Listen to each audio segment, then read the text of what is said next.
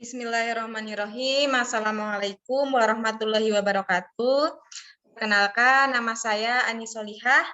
Saya adalah peserta Latsar CPNS Angkatan 8 dari kelompok D. Nah, pada kesempatan hari ini saya akan memaparkan mengenai tugas individu yang saya dapatkan, yaitu mengenai komitmen mutu, di mana dalam tugas tersebut kita diminta untuk membuat perbaikan mutu layanan di tempat tugas. Kemudian setelah itu kita analisis dengan menggunakan salah satu analisis manajemen mutu. Kemudian setelah kita analisis, barulah itu nanti kita buatkan alternatif perbaikan layanan berkomitmen mutu di tempat tugas kami. Nah, pada kesempatan malam hari ini, langsung saja di sini saya OSD Ciputan.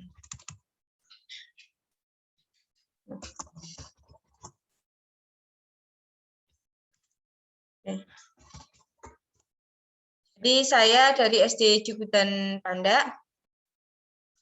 Di sini saya akan mereview best practice sebagai landasan saya, karena di sini saya akan mengangkat masalah mengenai motivasi belajar siswa. Jadi dalam best practice tersebut, saya sangat setuju dengan pengalaman seorang guru, di mana dalam best practice tersebut yang menjadi solusi inovatifnya itu mengangkat penggunaan alat peraga media pembelajaran dalam meningkatkan motivasi belajar siswa. Nah, seperti yang kita ketahui dalam masa pandemi ini ada beberapa dampak positif bagi siswa, karena siswa dapat belajar di mana saja dan kapan saja. Namun dampak negatifnya tentu juga ada, di mana nanti pola ukur ketercapaian tujuan pembelajaran itu sulit. Kemudian selain itu juga motivasi belajar siswanya rendah. Kemudian tujuan belajarnya itu juga belum tentu bisa tercapai dengan baik karena serapan materinya itu tidak bisa terukur. Maka dibutuhkan yang namanya suatu inovasi. Namun di sini yang akan saya bahas nanti kaitannya dengan motivasi belajar siswa itu dalam best practice tersebut dijelaskan dalam sebuah teorinya bahwa banyak hal yang melatar belakangi rendahnya motivasi belajar siswa, antaranya yaitu media pembelajaran, kemudian nanti pemanfaatan sumber dayanya yang kurang maksimal, kemudian layanan gurunya juga yang kurang maksimal, kemudian yang lainnya juga ada yang namanya pemberian umpan balik nilai yang juga kurang baik. Nah, di sini dari permasalahan tersebut, dari analisis tersebut, kemudian saya melihatnya itu sekolah saya sendiri bahwa motivasi itu hampir di setiap kelas ada masalah itu. Jadi tidak semua siswa itu memiliki motivasi belajar yang tinggi di saat pembelajaran ini dilakukan dengan daring. Karena ada beberapa faktor yang melandasinya. Salah satunya yaitu mengenai dari pihak, walaupun ada pihak intrinsik dan ekstrinsik yang melatar belakangi kurangnya motivasi belajar siswa, tapi di sini juga kurang optimalnya pelayanan guru juga menjadi salah satu faktor utama dalam rendahnya motivasi belajar siswa. Di analisis tersebut kemudian ada alternatif kegiatan inovatif, di mana perbaikan mutu layanan yang saya akan lakukan adalah dengan menggunakan metode PDCA. PDCA itu adalah rencana, kemudian bekerja, cek, periksa, kemudian action, aksi. Ini doing, checking, and action. Nah, masalah yang saya angkat di sini yaitu optimalnya pelayanan guru dalam menumbuhkan motivasi belajar siswa. Analisis sebab masalahnya ya. Jadi sebab masalahnya ada 4 di sini. Saya menuliskan ada 4. Yang pertama yaitu tidak adanya interaksi belajar tatap muka di sekolah. Jadi karena ada masalah itu, kemudian perencanaan yang saya rencanakan adalah membuat rancangan pembelajaran jarak jauh. Benar, karena rancangan pembelajaran itu harus dibuat dengan matang dan terencana supaya tujuan pembelajaran tercapai dengan baik. Kemudian pelaksanaannya rencana pembelajaran jarak jauh itu dilaksanakan dengan baik. Kemudian nanti diperiksa hasilnya, yaitu hasilnya harapannya pembelajaran jarak jauh dapat berjalan dengan lancar. Kemudian tindak lanjutnya nanti dipastikan bahwa terlaksana pembelajaran jarak jauh di masa pandemi. Kemudian yang kedua yaitu penyebab masalah lainnya, ini adalah pemilihan metode pembelajaran guru yang kurang variatif.